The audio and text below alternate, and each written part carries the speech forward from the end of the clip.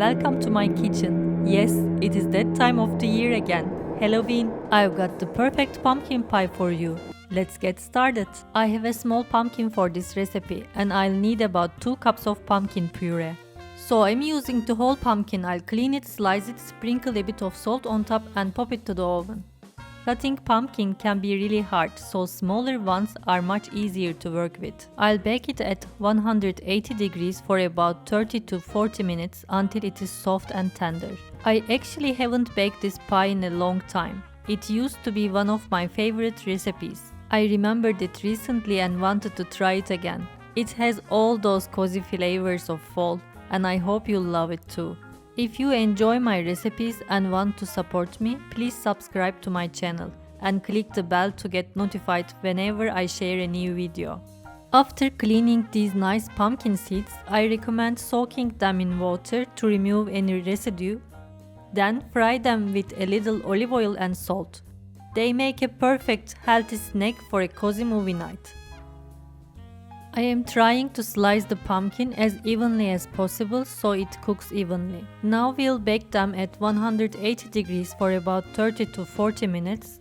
They need to be fully cooked. The salt is just to boost the pumpkin's natural flavor. I already have a classic pie dough from the day before, and I am going to use it for this recipe. If you want to make it from scratch, you can find the detailed recipe in the video description below. It's really simple. All you need to do is to mix the dough.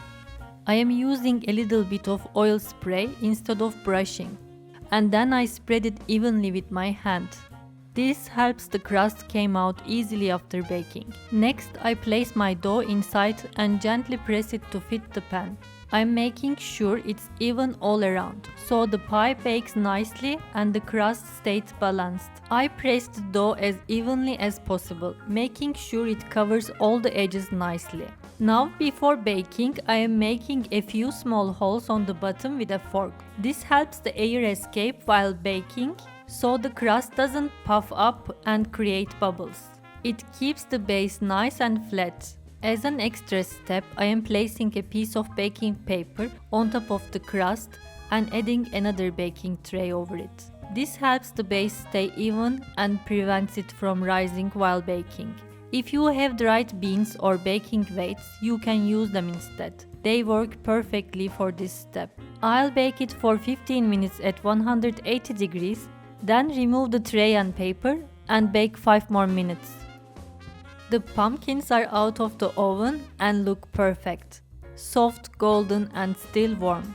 I am peeling them now and I've got about 425 grams, which equals 2 cups of pumpkin puree.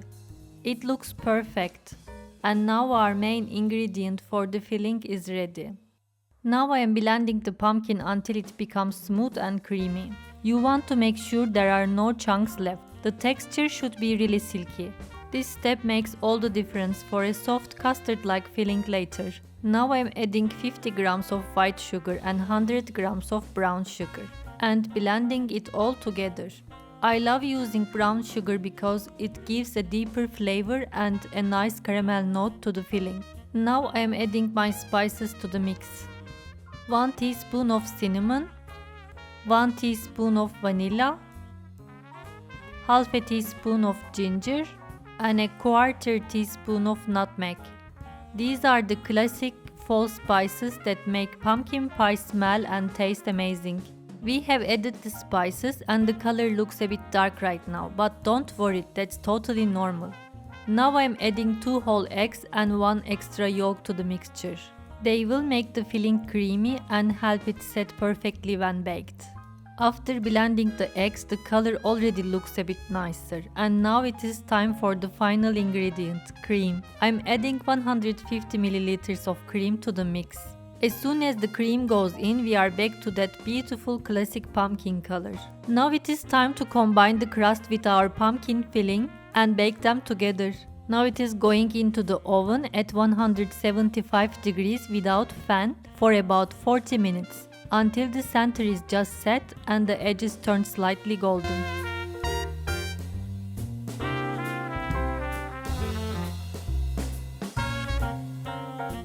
Pie is ready. Pumpkin pie is ready. I have little cracks on the top, but it is quite normal. You don't need to worry about it. But if you don't want to have this, you can lower the temperature and bake it a little bit longer time. At the same time, this is not changing the taste. It still tastes amazing. And I hope you try and you also like it. If you like the recipe, don't forget to like and subscribe. And thank you for watching.